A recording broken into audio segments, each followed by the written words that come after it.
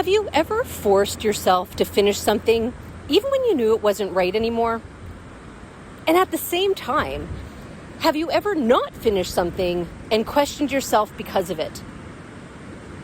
Because somewhere along the line, many of us were taught, if you start something, you finish it. If you commit, you follow through. If you say you're going all in, you go all in. And here's the thing I've been sitting with. Just because you can do something doesn't mean you should.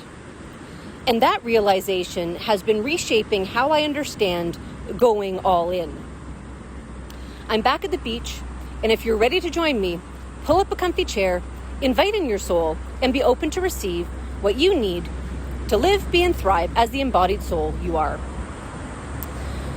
I want to share a conversation that really brought this home for me.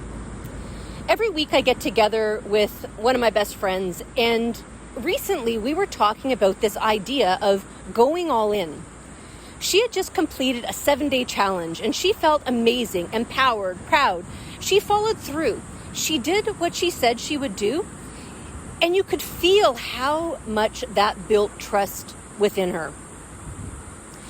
And as she was sharing that, I noticed something in me. There was a contraction in my body. Because at the same time, I had recently started a 30-day challenge around eating and exercise, and I had just paused it going into week 4. So here we are, same theme, 2 very different experiences. And what was really beautiful about this conversation is that there was no sense of one being right and the other being wrong. Her completion, that was a win. My pause, that was also a win. They were just different expressions of self-trust. And as we kept talking, I shared why I had paused. I had been getting really clear signals from my body that the exercise routine wasn't supporting me at the moment, especially because I'd also been doing a lot of heavy manual labor on our property. So on those days, I chose not to do the HIIT workouts. And she asked me very matter-of-factly, why not do both? And the moment she said it, my whole body responded. A full body no, like absolutely not. And I didn't say that right away.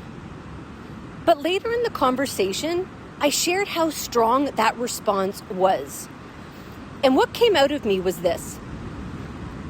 Just because I can do something doesn't mean I should. And that's where I started to see this more clearly. Because going all in isn't actually one thing. It's layered. And I found myself reflecting on 3 different ways we use that phrase. Layer number 1, going all in builds self-trust. There is a version of going all in that is incredibly powerful.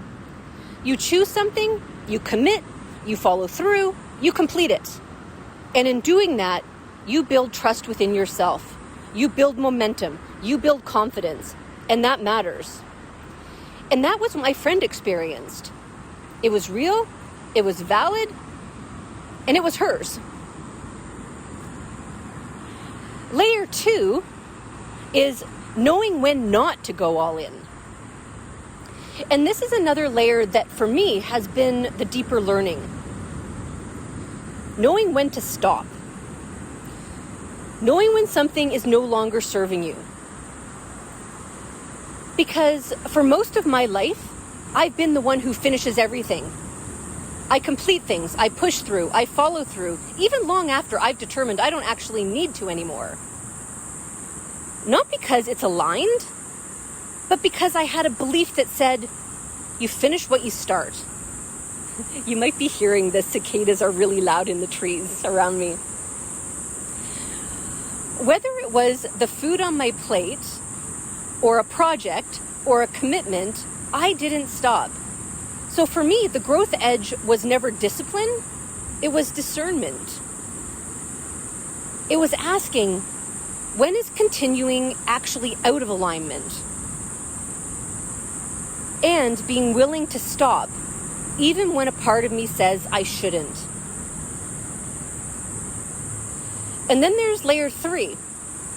What are you actually going all in on? Because going all in depends on what you're going all in on.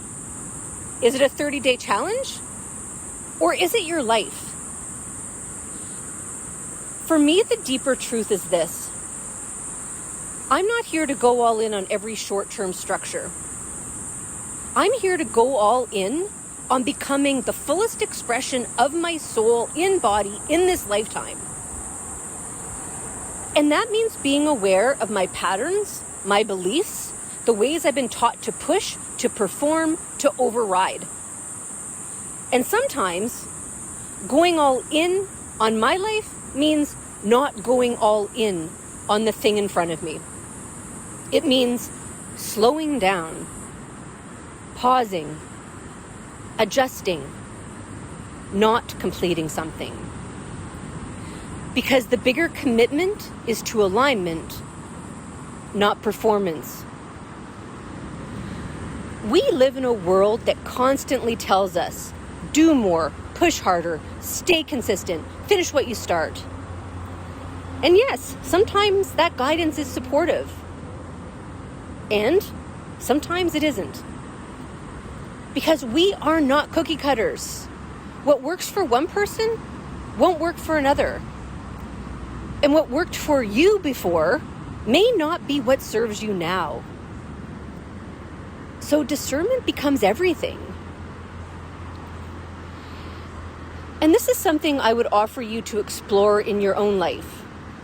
You might even pause this for a moment and ask yourself, what am I currently pushing to complete that might not actually be aligned anymore?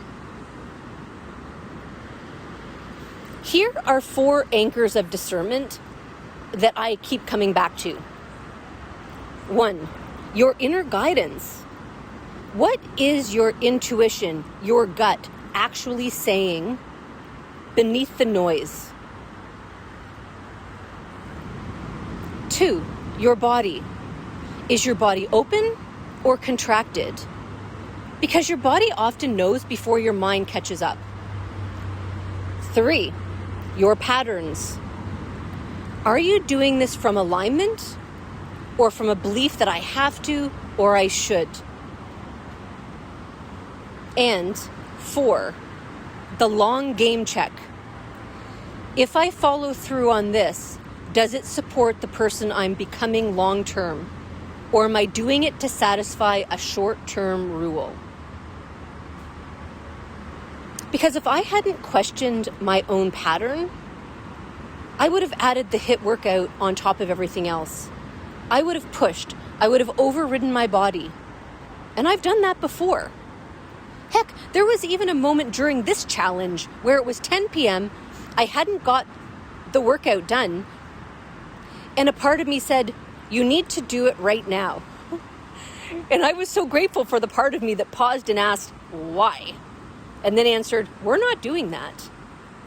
That moment, that was self-trust too. So the question isn't simply, are you going all in? The question is, what are you going all in on? And is it actually aligned with you? Because going all in isn't about doing more. It's about being fully aligned with what actually matters. And sometimes that means stopping. And sometimes self-trust isn't built in the moments you finish something. It's built in the moments you choose yourself, even when that means not finishing what you started. If you've loved this episode of Embodied Soul, please like, comment, and subscribe. It really does support getting the messages out to those who will benefit. And I look forward to being with you again next week.